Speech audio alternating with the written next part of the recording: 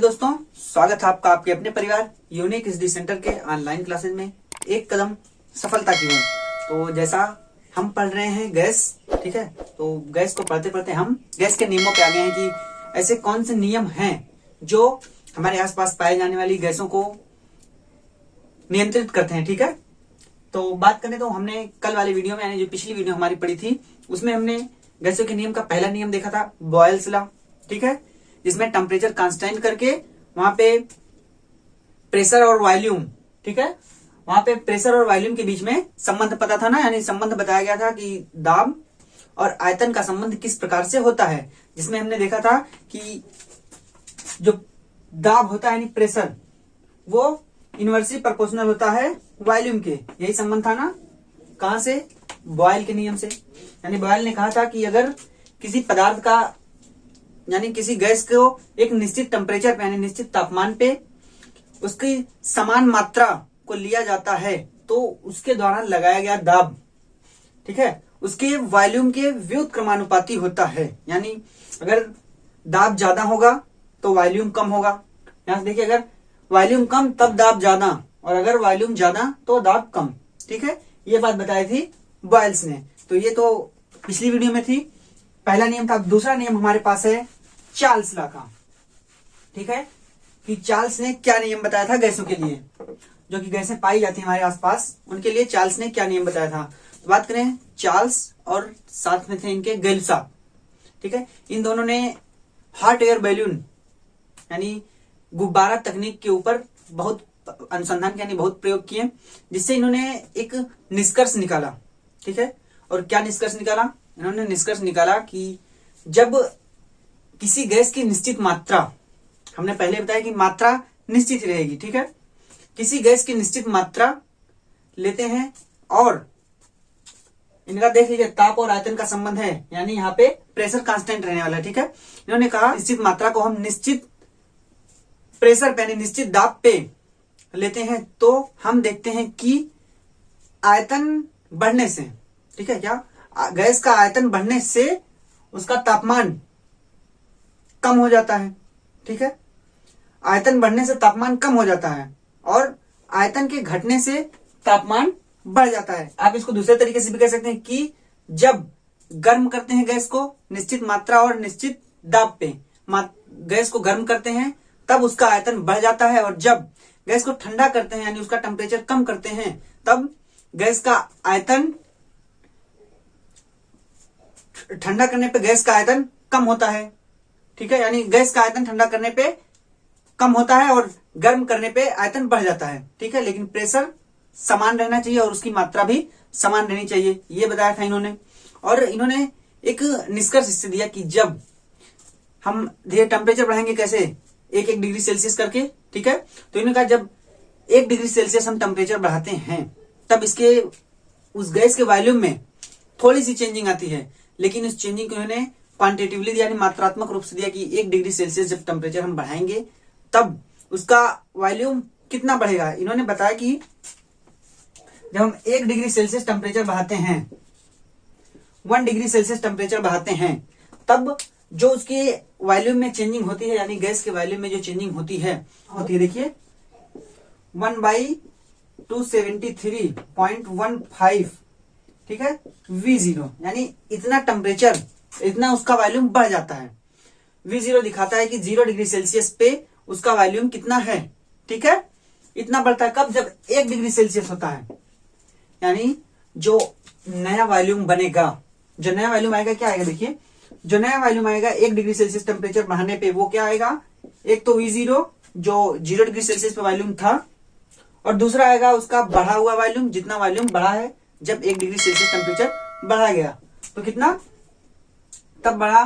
Plus में 1/273.15 और V0। ठीक है, यानी जो नया इसका वॉल्यूम आएगा 1 डिग्री सेल्सियस टेम्परेचर बढ़ाने पे, वो कितना आ जाएगा? जो पुराना वाला वॉल्यूम है यानी 0 डिग्री सेल्सियस पे, और प्लस में 1/273.15 V0, यानी इतना, और इसके साथ वॉल्यूम ऐड होगा। ठीक है, तो कहने का मतलब जब कभी गैस की निश्चित मात्रा और निश्चित दाब पर 1 डिग्री टेम्परेचर बढ़ाते हैं, 1 डिग्री सेल्सियस तापमान को हम बढ़ाते हैं, तब की केस में उसका जो नया वॉल्यूम होगा वो इतना होगा। ठीक है, ये बताया था कि इन्होंने, चार्ल्स ने, ठीक है, इन्होंने इतना बताया। तो बात करें, अगर ये ध्यान देखिए 0 डिग्री सेल्सियस पे इसका वॉल्यूम है, ठीक है, जब 0 डिग्री सेल्सियस है तब गैस का वॉल्यूम कितना है, ठीक है, V0। और इन्होंने बताया फिर कि अगर हम T डिग्री सेल्सियस बढ़ाते हैं, क्या इन्होंने बताया, अगर हम T डिग्री सेल्सियस बताते हैं तो इसके लिए इन्होंने एक संबंध दिया था। तो संबंध को देखते हैं कि कौन सा संबंध दिया था। देखिए, इन्होंने कहा कि अगर हम मान लेते हैं, देखिए इसको साफ करते हैं, इन्होंने कहा कि अगर हम मान लेते हैं कि पहले वॉल्यूम, ठीक है, इन्होंने कहा अगर पहले वॉल्यूम V0 है, कब, जब टेम्परेचर T है ना, यानी 0 डिग्री सेल्सियस जब टेम्परेचर है तब इसका वॉल्यूम है V0। लेकिन जब T डिग्री सेल्सियस तक हम बढ़ाते हैं, 0 डिग्री से T डिग्री सेल्सियस हम बढ़ाते हैं, तब इसका टेम्परेचर मानते हैं VT है। ठीक, यानी 0 डिग्री सेल्सियस पे V0 और T डिग्री सेल्सियस पे इसका टेम्परेचर हो जाता है VT। ठीक है, अब इसके बाद जो नया समीकरण बन के आएगा, ठीक है, इसके लिए इन्हीं मानों को यहां पे पुट किया जाएगा कि अब जो नई वैल्यू आएगी वो कितनी आने वाली है। तो देखिए, यहां से हम लगाते हैं इसको, तो V के स्थान पे नया वाला था ना, नया वाला वॉल्यूम 0 डिग्री सेल्सियस बढ़ाने, यानी 1 डिग्री सेल्सियस बढ़ाने पे V, तो अब T डिग्री सेल्सियस बढ़ाने पे तो इसको VT लिखा जाएगा, VT। ठीक है, इसको VT लिखा गया। VT के बाद अब बारी है V0। V0 कब, V0 पहले से 0 डिग्री सेल्सियस पे माना गया है, तो यहां पे V0, फिर प्लस में, अब देखिए यहां पे 1 था, कब, जब 1 डिग्री सेल्सियस बढ़ा था, लेकिन अब T डिग्री सेल्सियस बढ़ रहा है, इसलिए यहां पे क्या होगा, T के बटे में 273.15 और साथ में V0। ठीक है, ये समझ में आया कि जब 1 डिग्री सेल्सियस था तब 1 लिखा गया, लेकिन जब बढ़ोतरी हुई यानी इंक्रीमेंट हुआ T डिग्री सेल्सियस का, तब यहां पे T लिखा गया। ठीक है, अब यहां से आप देख सकते हैं कि V0 हम ले सकते हैं कॉमन, तो ऊपर देखिए V0 हम लेते हैं कॉमन, यानी बचा क्या, VT बराबर, इसको हम लेते हैं कॉमन, देखिए V0 कॉमन हुआ, इसमें बचा क्या, इसको यहां पे गुणा करते हैं। ठीक है, या तो देखिए वैसे लिखते हैं 1 प्लस T के बटे में 273.15। ठीक है, ये एक नया समीकरण मिला हमको, ये एक नया समीकरण मिला किसके लिए, T डिग्री सेल्सियस बढ़ाने पे, यानी T डिग्री सेल्सियस 0 से T पे गए तो T डिग्री सेल्सियस टेम्परेचर है ही, तो T डिग्री सेल्सियस टेम्परेचर पे जो उस निश्चित मात्रा वाली और निश्चित दाब वाली गैस का जो आयतन है वो कितना है, V0 1 प्लस T बाई 273.15, यानी इतना वॉल्यूम तब उसका है। ठीक है, आप साथ साथ में इसको नोट करते जाइएगा। ठीक है, इतना वॉल्यूम है। अब इसके बाद इन्होंने क्या बताया कि इसको और थोड़ा सा और शुद्ध रूप में लिखते हैं। ठीक है, देखिए इसका यहां पे मल्टीप्लाई करते हैं तो देखिए कितना लिखेंगे हम, VT बराबर V0, ये यहां पे 273.15 प्लस में T लिखते हैं। ठीक है, प्लस में T, ये वही टेम्परेचर है। ठीक है, बटे में फिर से 273.15 और ये इतना, यानी ये हमको नया समीकरण मिलता है। ठीक है, नया समीकरण मिला, इसको साफ कर देते हैं। देखिए, देख लीजिएगा एक बार, इतना होगा। देखिए, अब यहां से एक नई बात निकल के आई। नई बात क्या निकल के आई, यहां से एक नई बात निकल के आई कि ये नया टेम्परेचर स्केल हमको मिला। क्या, नया टेम्परेचर स्केल अब हमको मिला। कैसे, अब टेम्परेचर डिग्री सेल्सियस में था इस स्टेज पे, कि अब एक नया स्केल लेके आए जिसको हम बोलते हैं केल्विन स्केल, यानी केल्विन टेम्परेचर स्केल या फिर एब्सोल्यूट टेम्परेचर स्केल। क्या बोलते हैं, बोलते हैं केल्विन टेम्परेचर स्केल।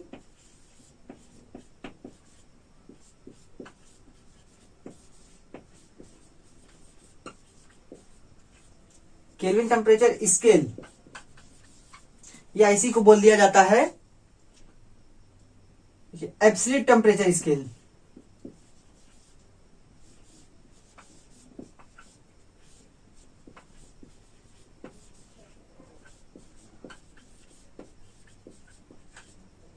ठीक है, इसी को बोला जाता है केल्विन टेम्परेचर स्केल या एब्सोल्यूट टेम्परेचर स्केल। कब? इस स्केल को, यानी अब जो इस पे स्केल आने वाला है, जो नई स्केल इस पे मिलने वाली है उसको। तो इन्होंने कहा कि अब की केस में जो टेम्परेचर यहाँ पे हम डिग्री सेल्सियस में लिख रहे थे, ठीक है, इन्होंने कहा अब डिग्री सेल्सियस पे नहीं, अब उसको हम लिखेंगे केल्विन पैमाने पे।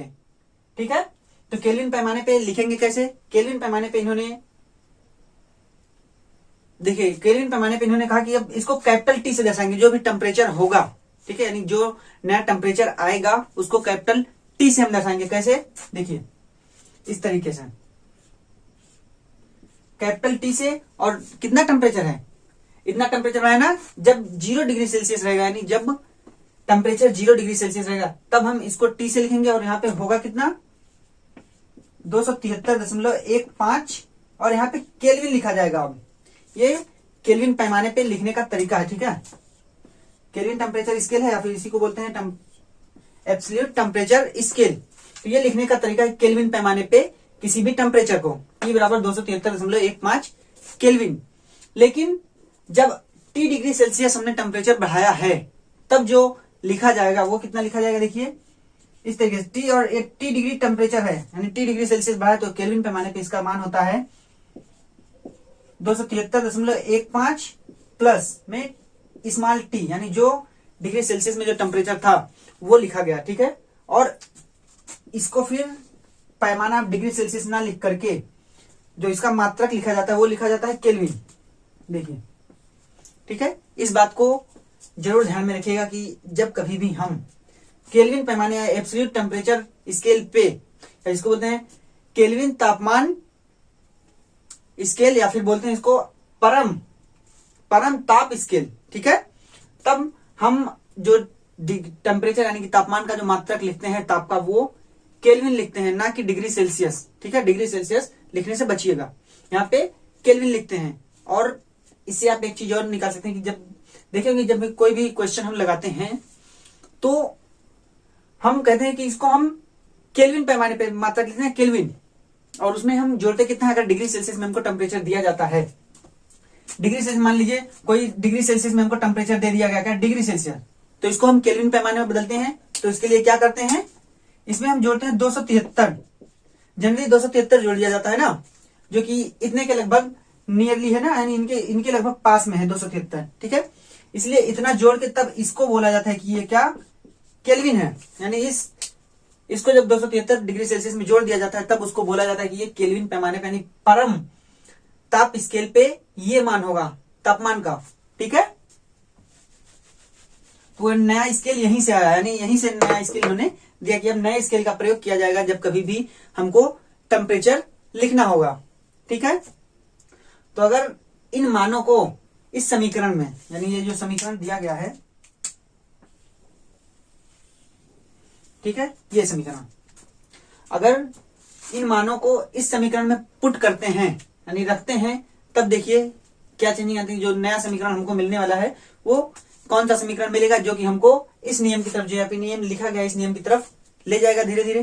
ठीक है, तो देखिए जब इन मानों को हम यहाँ पे लिखते हैं तब हमको मिलता है, देखिए इसको साफ कर देते हैं, ये बीच वाला देखिए,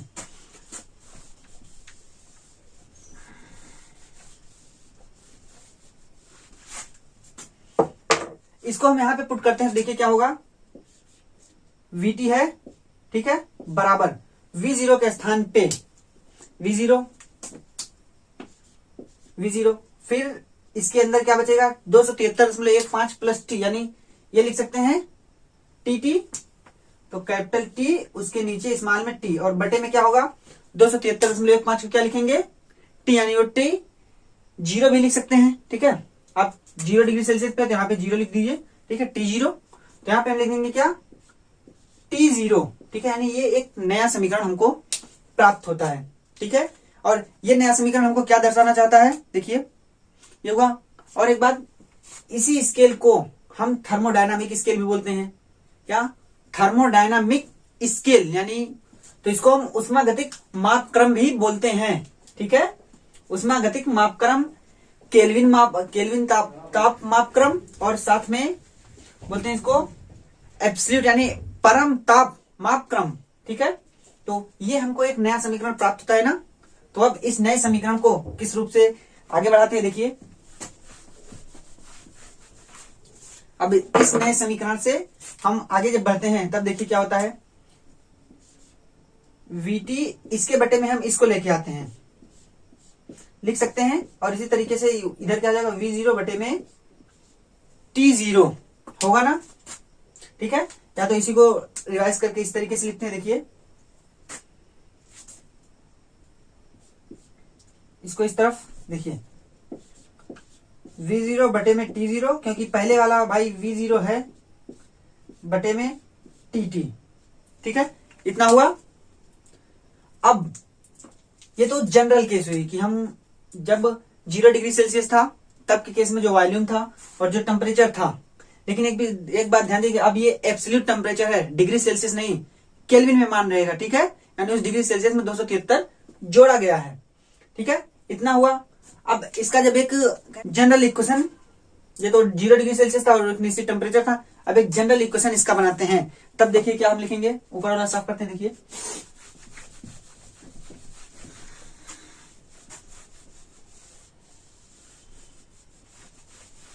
अब देखिए, अब जब हम इसका एक जनरल इक्वेशन लिखते हैं तो V0 को हम पहली अवस्था मान सकते हैं, यानी पहला टेम्परेचर मान सकते हैं T0 को।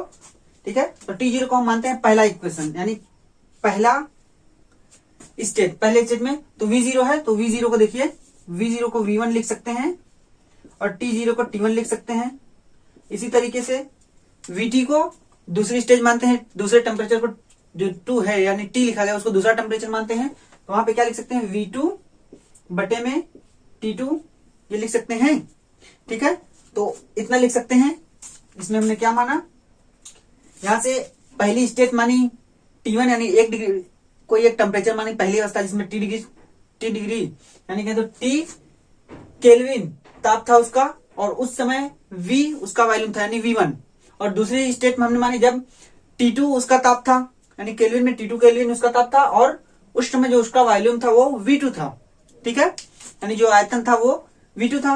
अब बारी की इसको देख के एक चीज ध्यान में आ रही होगी कि अब इसको हम कांस्टेंट के रूप में लिख सकते हैं एक नियम के तौर पे। वो कैसे, देखिए, वो नियम के रूप में हम कैसे लिखेंगे, देखिए। इसके बराबर अगर तीसरी स्टेज को ली जाए तो वो भी तो ऐसे ही आएगी, V3 बटे T3, V4 बटे T4। ठीक है, तो इससे हम कह सकते हैं कि इससे एक समीकरण बना दे तो क्या, V के बटे में T बराबर कांस्टेंट, कांस्टेंट यानी कि नियतांक है ना, यानी वॉल्यूम और ताप का जो रेशियो है वो एक कांस्टेंट है ना, जिसको हम कोई दूसरा नाम दे सकते हैं। देखिए, मान लेते हैं इसको हमने नाम दे दिया K2। इसको K2 क्यों नाम दे दिया, जरा ये भी ध्यान में आना, क्यों इसको K2 नाम दिया गया, क्योंकि हमने बॉयल वाले नियम में K दिया था, तो उसको आप K1 कर लीजिएगा। ठीक है, K1, ताकि साथ में सब टेम्परेचर यानी साथ में कोई एक सेम ना हो इसमें, नहीं तो अभी के सब में लिख देंगे, सब में सेम हो जाएगा। तो आप लिख सकते हैं, कोई दिक्कत नहीं है, लेकिन K1 K2 K3 K4 हम लिखेंगे। ठीक है, ये K2 होगा। अब यहां से इस T को अगर उधर पक्षांतर करें, देखिए,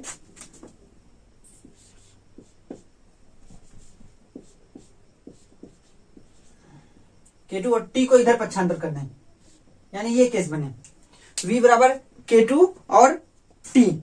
ठीक है, ये केस बनी, देख लीजिए।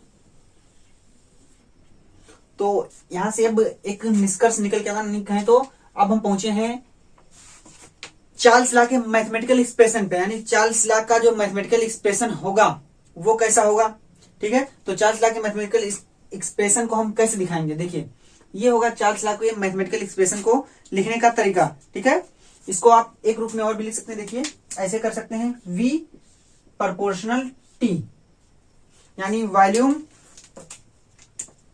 किसके समानुपाती होगा, तापमान के। ठीक है, यानी वॉल्यूम जो होगा वो तापमान के समानुपाती होगा। आप बात है यहाँ पे K2 का मान, तो K2 का मान जो कांस्टेंट है, यानी ये जो नियतांक है, इसकी जो वैल्यू डिपेंड करेगी, वो डिपेंड करेगी कि दाब कैसा है, यानी दाब कितना है, साथ में वो डिपेंड करेगी जो वॉल्यूम है, यानी आयतन जो है इसका मात्रक कौन सा है, यानी इसकी यूनिट किस प्रकार की है, ठीक है, और साथ ही पदार्थ की मात्रा यानी उस गैस की मात्रा कितनी है, ठीक है। तो उन तीन बातों पे K2 का मान निर्भर करेगा। तो यहां से कांस्टेंट है तो कांस्टेंट को हटा करके हम ये प्रोपोर्शनल चिन्ह लगा सकते हैं, यानी प्रोपोर्शनलिटी चिन्ह लगा सकते हैं ना।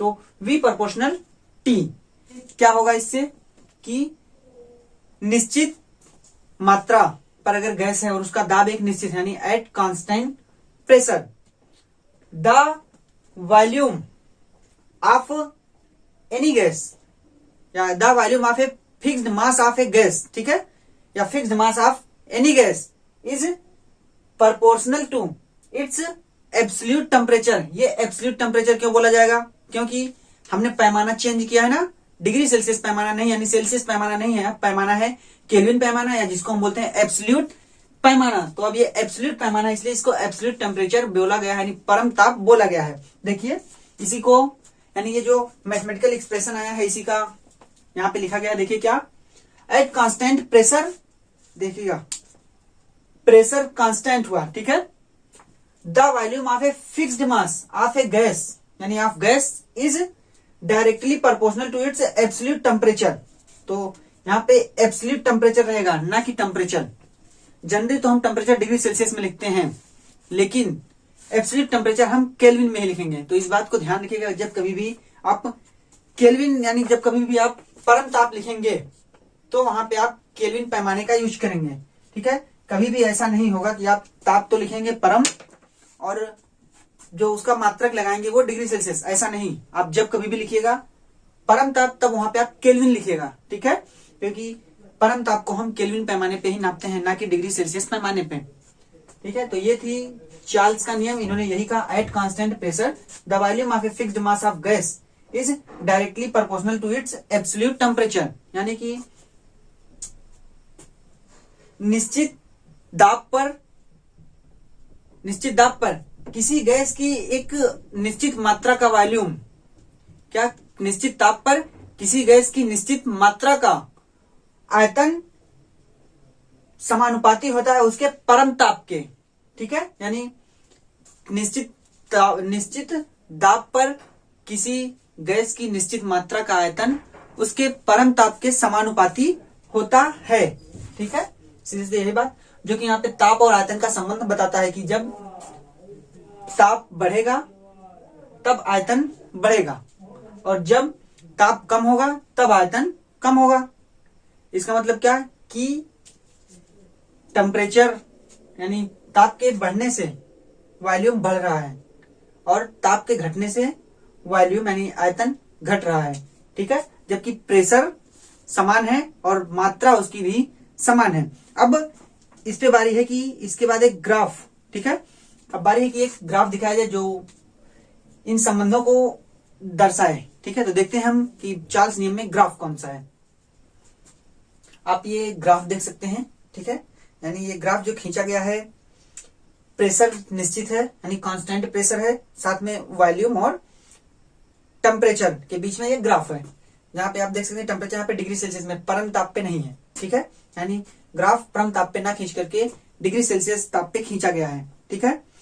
तो चार्ल्स ने अपने नियम में यह पाया था कि जब हम ग्राफ खींचते हैं यानी ग्राफ प्लॉट किया जाता है डिग्री सेल्सियस पैमाने में, जो कि ग्राफ यहाँ पे खींचा गया है, तब वो एक सीधी रेखा मिलती है, उसके आयतन, गैस के आयतन और टेम्परेचर में एक सीधी रेखा हमको प्राप्त होती है, ठीक है, स्ट्रेट लाइन।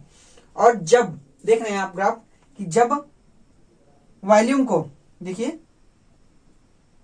जब वॉल्यूम को जीरो किया जाता है तब सभी लाइनें इंटरसेप्ट यानी सभी लाइनें आ जाती हैं टेम्परेचर एक्सिस पे, ठीक है। जब देख सकते हैं ग्राफ में कि जब वॉल्यूम को जीरो, अगर मान लीजिए वॉल्यूम को जीरो किया जाता है तब सभी गैसें देख सकते हैं कि टेम्परेचर वाले एक्सिस पे ही आ जाएंगी, ठीक है। यही बता रहे हैं कि जब करते तो जीरो वॉल्यूम यानी वॉल्यूम को जीरो किया जाता है, जीरो वॉल्यूम, जीरो वॉल्यूम का मतलब क्या कि जीरो वॉल्यूम यानी शून्य आयतन। तो शून्य आयतन कब है, जब शून्य आयतन गैस के लिए किया गया। आप ग्राफ में देखिए, जब शून्य आयतन गैस के लिए किया गया तब कह रहे हैं कि वो लाइंस, जितनी लाइंस हैं वो ग्राफ की स्ट्रेट लाइंस, वो टेम्परेचर वाले एक्सिस पे गिर जा रही हैं और टेम्परेचर वाले एक्सिस पे गिरेंगी, यानी इंटरसेप्ट कर जा रही है। ठीक है, तो यहाँ पे कितना हो जाएगा देखिए, किस टेम्परेचर पे, तब ये टेम्परेचर हो जा रहा है, देखिए ये हो जा रहा है 0 केल्विन, यानी 0 केल्विन पे। और इसको जब डिग्री सेल्सियस पैमाने पे, क्योंकि हमारा जो चार्ट बना हुआ है, यानी ये ग्राफ है वो डिग्री सेल्सियस पैमाने पे है, तब ये हो जाता है -273.15 डिग्री सेल्सियस। ठीक है, यानी इस टेम्परेचर पे, यानी इस ताप पे सभी लाइनें इंटरसेप्ट कर जाती हैं। कहां पे, टेम्परेचर एक्सिस पे, यानी जो तापमान का एक्सिस है उस पे ये सभी गैस लाइनें इंटरसेप्ट कर जाती हैं, यानी प्रच्छेदित कर जाती हैं। ठीक है, तो आप देख सकते हैं इस ग्राफ में,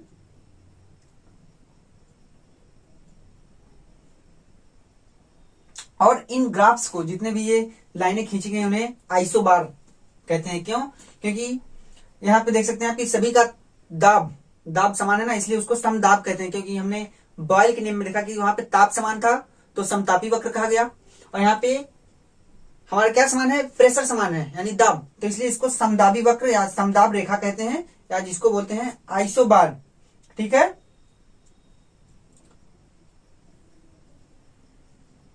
तो आप यहां से देख सकते हैं कि है ना, तो इसको हम बोलते हैं आइसोबार। और आप इस बात को ध्यान दीजिए, यानी 0 केल्विन जब टेम्परेचर है इसका, 0 केल्विन इसका टेम्परेचर किसी गैस का, तब है 0 वॉल्यूम, यानी इस T डिग्री सेल्सियस यानी 0 डिग्री केल्विन को हम बोलते हैं परम ताप, या कहे तो एब्सोल्यूट टेम्परेचर। किसको, इसी को हम बोलते हैं एब्सोल्यूट टेम्परेचर।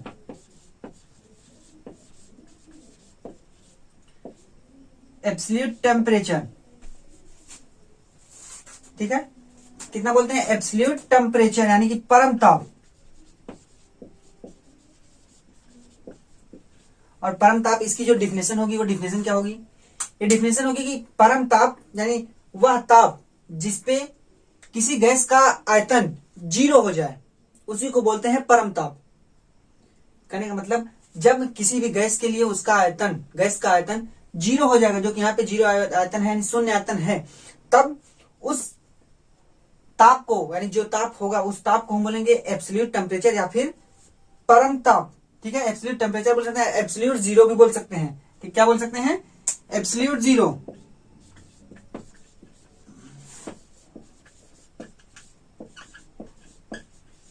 जिसको हम बोलते हैं क्या, परम शून्य।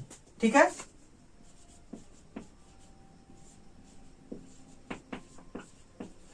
परम शून्य भी इसको बोला जा सकता है, या फिर एब्सोल्यूट टेम्परेचर या एब्सोल्यूट 0 भी आप बोल सकते हैं। आप ग्राफ एक बार फिर से देख सकते हैं, 4 लाइनें दी गई हैं, जिसमें कौन सा, ऊपर देखिए P1 लिखा गया है, P1 का प्रेशर सबसे कम है, यानी सबसे कम प्रेशर पे वो लाइन ऊपर है।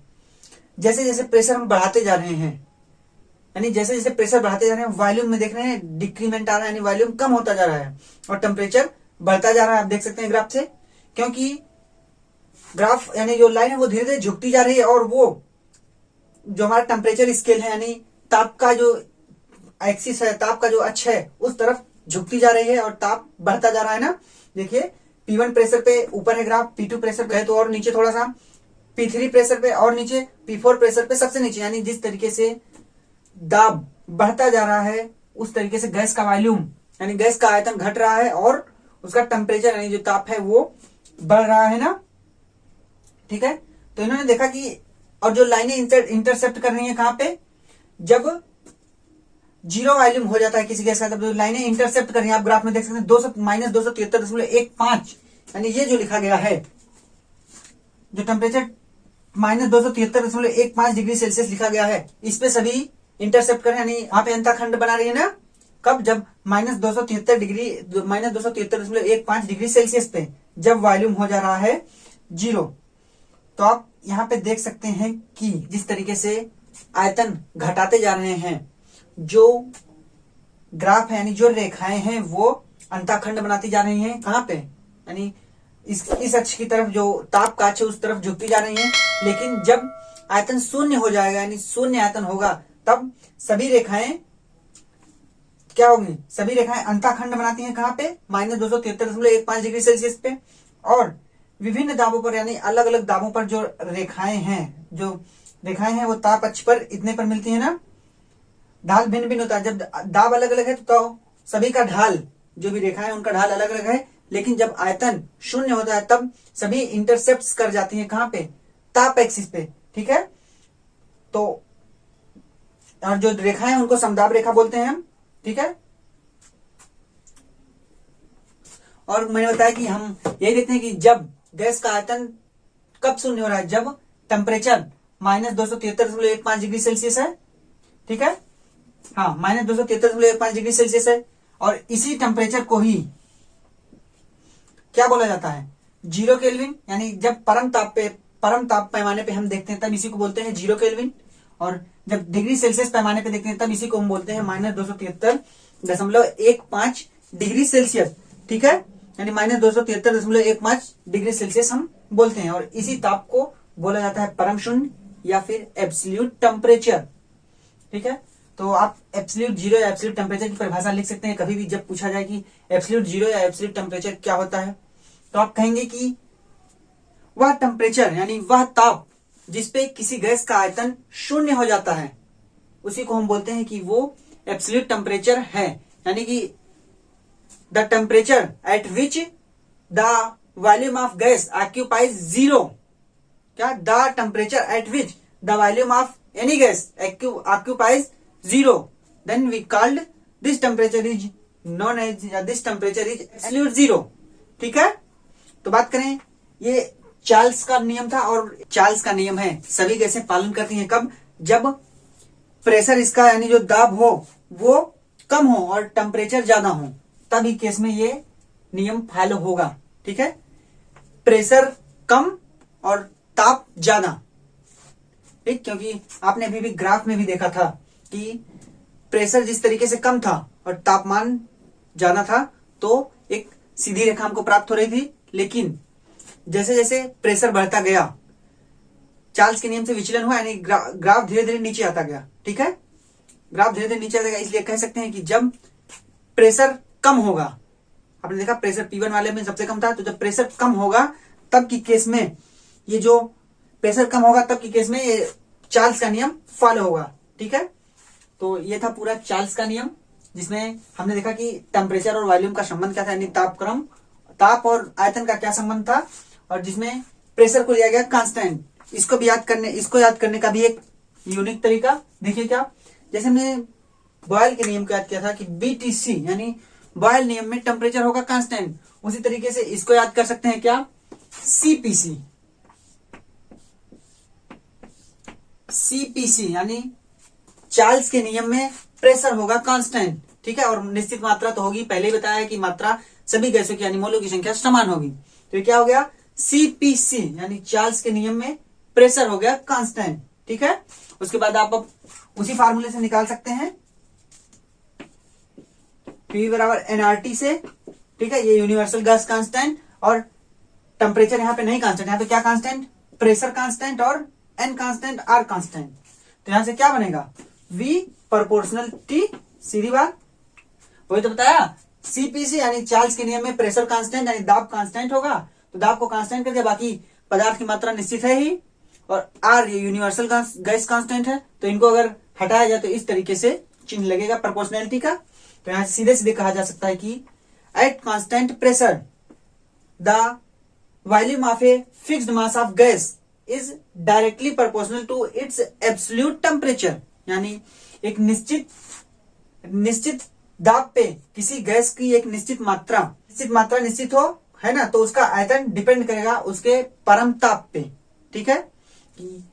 निश्चित दाब पर किसी गैस की निश्चित मात्रा का आयतन, क्या, निश्चित दाब पर किसी गैस की निश्चित मात्रा का आयतन समानुपाती होता है किसके, उसके परम ताप के, ठीक है। तो उम्मीद है कि चार्ल्स का नियम आपको अच्छे से समझ में आया होगा। अब हम चलते हैं, इस पे एक क्वेश्चन दिया गया है, वो क्वेश्चन लगाते हैं कि कौन सा क्वेश्चन है। तो देखेंगे, ये क्वेश्चन दिया गया है, ठीक है।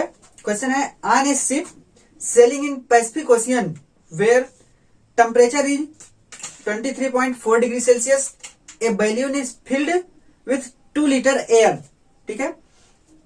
यानी जब प्रशांत महासागर में कोई शिप जा रहा है जहां पे टेम्परेचर है 23.4 डिग्री सेल्सियस, यानी जहां का तापमान 23.4 डिग्री सेल्सियस है।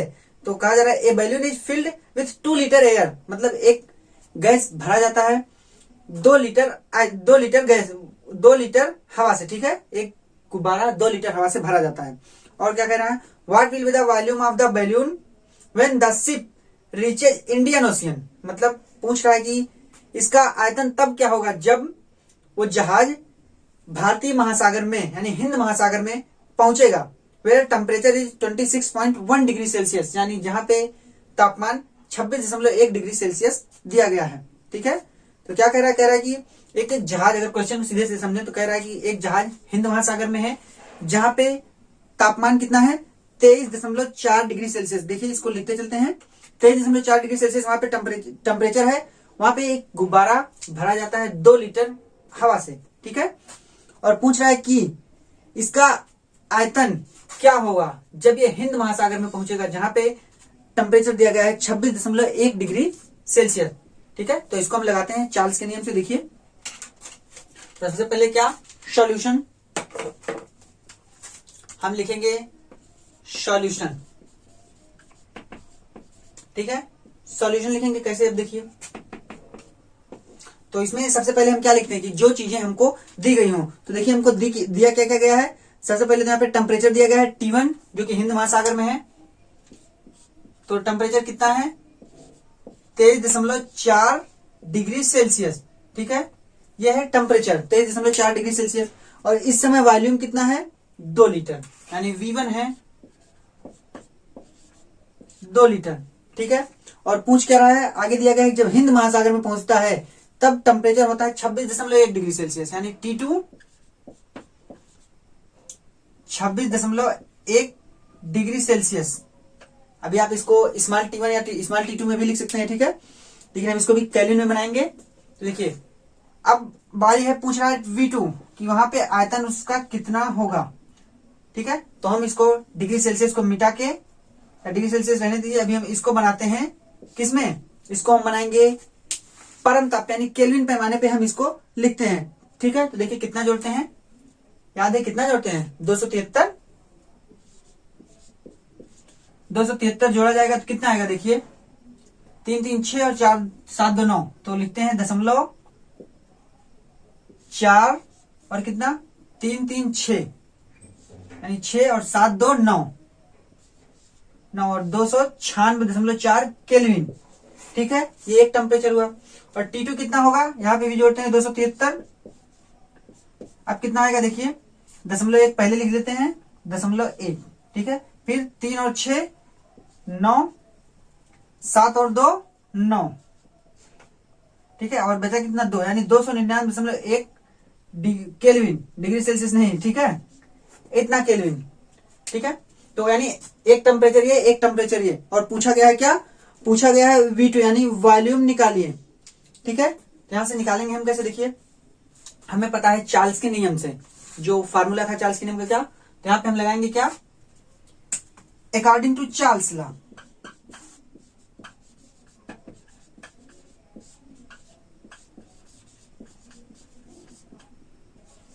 According to Charles law.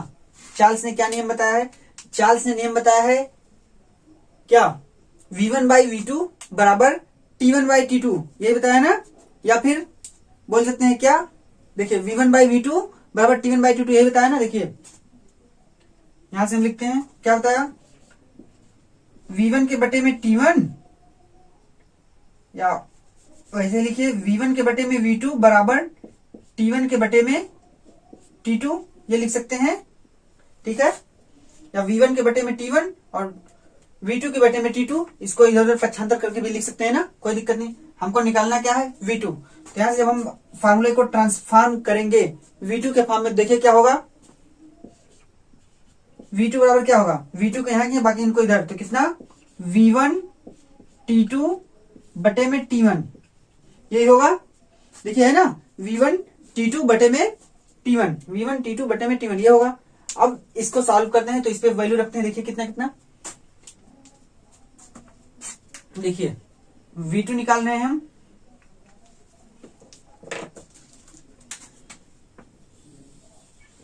ठीक है।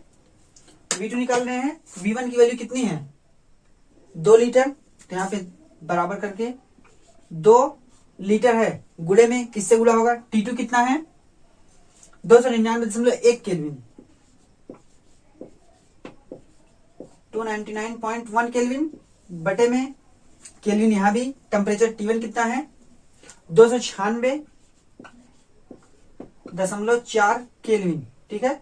तो मात्रक है, मात्रक अपने आप कैंसिल हो जाएगा केल्विन केल्विन, क्योंकि ऊपर नीचे टेम्परेचर, तो टेम्परेचर मात्रक कैंसिल, बचेगा किसका, सिर्फ लीटर का, ठीक है। जब हम इसको सॉल्व करेंगे तो हमारा कितना आएगा, देखिए 2 गुणे इसका भाग देंगे जब, तो हमारा आएगा लगभग कितना 299 है और यह है 296, तो करीब 99 और 96 हमारा जाना चाहिए कितना 1.009 आएगा। देखिए 2 लीटर तो रहेगा 1.009 और ये लीटर यानी इतना आएगा जब 299.1 को हम 296.4 से डिवाइड करेंगे, ठीक है, तो आएगा 1.009, ठीक है। अब इसका गुणा करते हैं तब देखिए कितना आता है, 2 9 में 18 के 8, हासिल 1 हुआ, 2 0 1 लिखा गया, फिर 0.2, यानी जब हिंद महासागर में वो आएगा, कौन, जहाज जब चलते हुए हिंद महासागर में आएगा तब की केस में उसका वॉल्यूम 2.018 लीटर हो जाएगा। यानी पहले कितना था, जब वो प्रशांत महासागर में था तब उसका वॉल्यूम था 2 लीटर, लेकिन जब वो हिंद महासागर में आ जा रहा है तब उसका आयतन हो जा रहा है 2.01 लीटर। इससे आप देख सकते हैं कि यहाँ पे टेम्परेचर कितना था 296.4 केल्विन, जबकि हिंद महासागर में जो टेम्परेचर है यानी तापमान है वो 299.1 केल्विन। तो टेम्परेचर के बढ़ने से यानी ताप के बढ़ने से आयतन में भी तो वृद्धि हुई, यानी चार्ल्स का नियम तो यही कहता है कि जिस तरीके से हम ताप बढ़ाएंगे उसी रूप में आयतन भी बढ़ेगा, और ताप कम करेंगे तो आयतन घटेगा, ठीक है।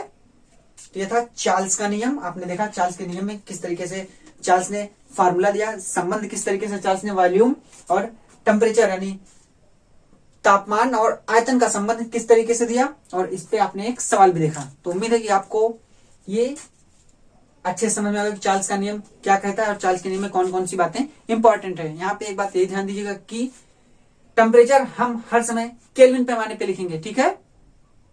और केल्विन पैमाने पे टेम्परेचर लिखने के लिए क्या करेंगे, हम केल्विन पैमाने पे टेम्परेचर लिखने के लिए जो यहाँ पे किया कि जो डिग्री सेल्सियस में मान दिया जाएगा उसमें 273 जोड़ देंगे, तब हमारा बन के आएगा 200, या उसमें 273 जोड़ेंगे तब हमारा जो टेम्परेचर आएगा वो केल्विन पैमाने पे होगा, और तभी हम कैपिटल टी के सिंबल से यूज दिखाएंगे उसको। नहीं तो जब तक केल्विन पैमाने में हम नहीं लिखेंगे तब तक उस टेम्परेचर को हम स्मॉल टी से दिखाएंगे, ठीक है, कैपिटल टी से ना दिखा करके स्मॉल टी, और जब परम ताप पैमाने पे लिखेंगे तब उसको कैपिटल टी से दिखाएंगे हम, ठीक है। तो ये था पूरा चार्ल्स का नियम। अब हम देखते हैं गैल-लुसाक्स नियम क्या कहता है। तो हमारा गैसों के नियम में तीसरा नियम है गैल-लुसाक्स लॉ, ठीक है। तो गैल-लुसाक्स ने अपना नियम कैसे दिया तो इसको देखते हैं।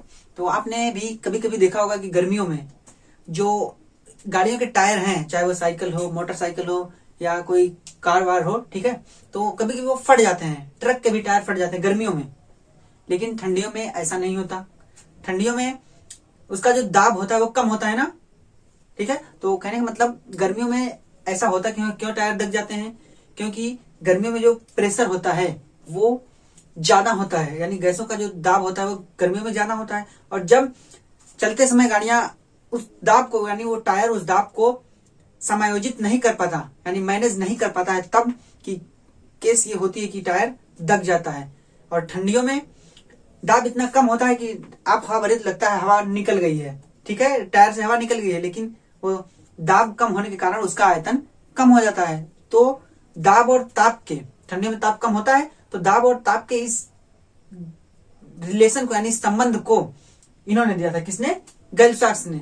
तो जो संबंध दिया उसी को कह दिया गया कि वो गैल-लुसाक्स नियम है, जो गैसों, क्योंकि टायर में गैस ही भर जाती है, तब कह दिया गया कि जो गैल-लुसाक्स ने नियम दिया वो गैसों के लिए है कि गैस के दाब और उसके ताप का क्या संबंध होगा, यानी दाब और ताप का क्या संबंध होगा, ठीक है। तो देखते हैं, और कब, जब वॉल्यूम समान हो, ठीक है, जब वॉल्यूम समान होगा तब उसका दाब और ताप किस प्रकार से एक दूसरे से संबंध रखेंगे, ठीक है। तो देखिए क्या कहा था इन्होंने, कहा एट कांस्टेंट वॉल्यूम, यानी जब टेम्परेचर, यानी जब आयतन समान हो, ठीक है, at constant volume pressure of a fixed amount of a gas, मतलब जब आयतन समान होगा तब किसी निश्चित मात्रा के गैस का दाब, क्या, किसी निश्चित मात्रा की गैस का दाब varies directly with the temperature, यानी जो उसमें परिवर्तन होगा वो सीधे सीधे टेम्परेचर के साथ में होगा, ठीक है। तो इन्होंने यही कहा कि जब स्थिर आयतन पर किसी निश्चित मात्रा वाली गैस का दाब उसके आयतन के समानुपाती होता है, क्या, स्थिर वॉल्यूम पर किसी गैस की स्थिर मात्रा का दाब उसके ताप के समानुपाती होता है, ठीक है। यही बताया था किसने, गेल-साक्स ने। और इन्होंने इसका जो मैथमेटिकल रूप दिया, क्या, प्रेशर डायरेक्टली प्रोपोर्शनल होगा किसके, टेम्परेचर के, तो सीधी बात है प्रेशर डायरेक्टली प्रोपोर्शनल टेम्परेचर के, ठीक है। इसको इस रूप में भी लिख सकते हैं, प्रेशर के बटे में टी, और यहाँ पे एक गैस कहें तो कांस्टेंट जोड़ेंगे, क्या, K3, ठीक है। क्यों, क्योंकि तीसरा है, तो हमने पहले बताया बॉयल वाले में K1, फिर हमने पढ़ा था किसको, चार्ल्स वाले को K2, और इनके वाले को K3 नाम दिया गया। ये क्या है, ये कांस्टेंट, जिसको हम बोलते हैं प्रोपोर्शनैलिटी नियतांक, या समानुपाती नियतांक बोल सकते हैं, ठीक है। तो P/T नियतांक होगा, ठीक है, यानी P प्रोपोर्शनल T। ये गेल-साक्स का नियम है कि दाब और ताप इस प्रकार से संबंधित होंगे, जब आयतन और गैस की मात्रा निश्चित हो तब उसका जो दाब होगा गैस का वो सीधे सीधे समानुपाती होगा टेम्परेचर, यानी टेम्परेचर बढ़ने पे दाब बढ़ जाएगा और टेम्परेचर घटने पे दाब कम हो जाएगा। तो इससे आप समझ सकते हैं कि गर्मियों में तापमान ज्यादा होता ही है तो टायरों में जो गैस भरी जाती है उसका दाब ज्यादा हो जाता है, और जब वही दाब टायर मैनेज नहीं कर पाता है तब उसके फटने की घटनाएं होती हैं। और ठंडियों में यही टेम्परेचर होता है कम और दाब कम होता है भाई, उसमें एक निश्चित क्षमता तक आयतन होता है ना, निश्चित आयतन भरा जाता है ना टायर में, तो टेम्परेचर कम हुआ तो आयतन उसका यानी जो दाब होगा, आयतन तो उतना कि दाब कम लगेगा और फटने की घटना नहीं होगी, ठीक है। इसलिए ठंडियों में टायरों के फटने की घटना कम होती है, लेकिन गर्मियों में टायरों के फटने की घटनाएं ज्यादा होती हैं, ठीक है। तो अब देखते हैं, ये था। और बात करें तो इनके इस संबंध को, यानी P/T के संबंध को हम चार्ल्स लॉ और बॉयल्स लॉ के यूज करके, यानी चार्ल्स लॉ और बॉयल्स लॉ का यूज करके इसका डेरिवेशन कर सकते हैं वहीं से, ठीक है। तो इसको भी याद रखिएगा। और इसमें भी ध्यान दीजिएगा, क्या कांस्टेंट है, वॉल्यूम। तो जब प्रेशर और टेम्परेचर कांस्टेंट हो चुके हैं क्रमशः, बॉयल लॉ में क्या था, प्रेशर कांस्टेंट, ठीक है, बॉयल लॉ में टेम्परेचर कांस्टेंट यानी ताप कांस्टेंट था, ताप नियम, और चार्ल्स लॉ में प्रेशर यानी दाब कांस्टेंट हुआ। तो बचा कौन सा, वॉल्यूम। तो इसमें वॉल्यूम कांस्टेंट हो जाएगा, ठीक है, यानी आयतन कांस्टेंट होगा किसमें, गेल-साक्स लॉ में। तो देखते हैं कि इनका ग्राफ किस तरीके से बनेगा, यानी अब जो ग्राफ दाब और ताप के बीच में ग्राफ बनने वाला है वो किस रूप का ग्राफ बनेगा। तो आप ये ग्राफ देख सकते हैं, ठीक है, जो कि यहाँ पे ताप है केल्विन पे, ठीक, वहां पे जो ग्राफ खींचा गया था यानी चार्ल्स लॉ में वो डिग्री सेल्सियस पैमाने पे था, लेकिन यहाँ पे ग्राफ में ताप जो है वो केल्विन पैमाने पे है, ठीक है, यानी स्टैंडर्ड पैमाना जो होगा। और दाब का जो मात्रक है वो है, देखिए, हाँ, दाब का मात्रक जो है वो बार है, ठीक है। तो इसमें आप देख सकते हैं साइड में लिखा गया V1, V2, V3, V4 क्रमशः बढ़ते हुए क्रम, यानी आयतन बढ़ रहे हैं, V1 कम है, V4 ज्यादा है। और आपको ग्राफ में 4 लाइनें दिख रही होंगी। यहाँ पे जो वर्टिकल एक्सिस है वो है प्रेशर के लिए, और जो क्षैतिज एक्सिस है, ठीक है, वो टेम्परेचर के लिए, ठीक है। तो इसमें देखिए, जब V1 आयतन है तब ऊपर वाली लाइन है, V2 आयतन पे बीच वाली लाइन यानी दूसरे नंबर वाली लाइन जो लाल कलर की दिख रही है, V3 आयतन पे ग्रीन कलर वाली, और V4 आयतन पे फिर से तो आसमानी कलर की, ठीक है, ये दिख रही है V4 आयतन पे। तो ये 4 रेखाएं आपको दिख रही हैं अलग अलग आयतन पे। इन रेखाओं को बोला जाता है सम आयतनी, ठीक है, सम आयतनी, या जिसको हम बोल सकते हैं आइसोकोर, ठीक है, क्या, आइसोकोर। देखिए, इन रेखाओं को हम क्या बोलते हैं, आइसोकोर। या समआयतनी।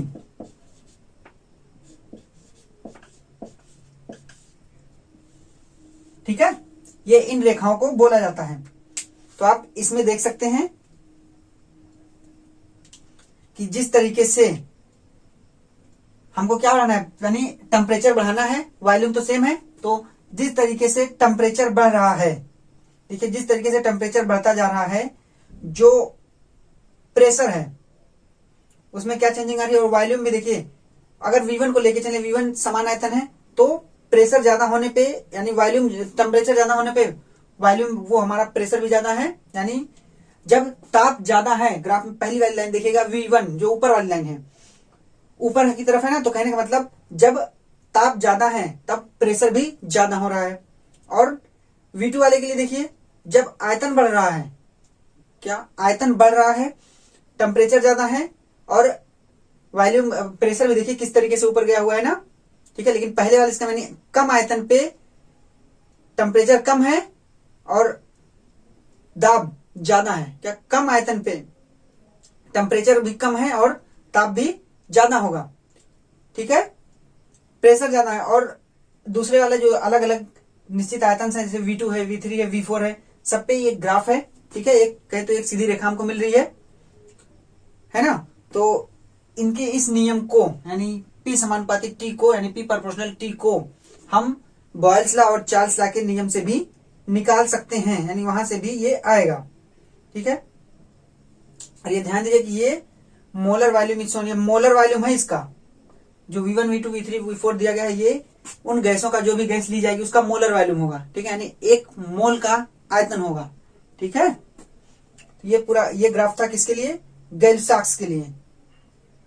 अलग अलग आयतन पे अलग अलग जो संबंध होगा प्रेशर और टेम्परेचर पे, वो लिया गया है। केल्विन पैमाना है और प्रेशर भी है बार में।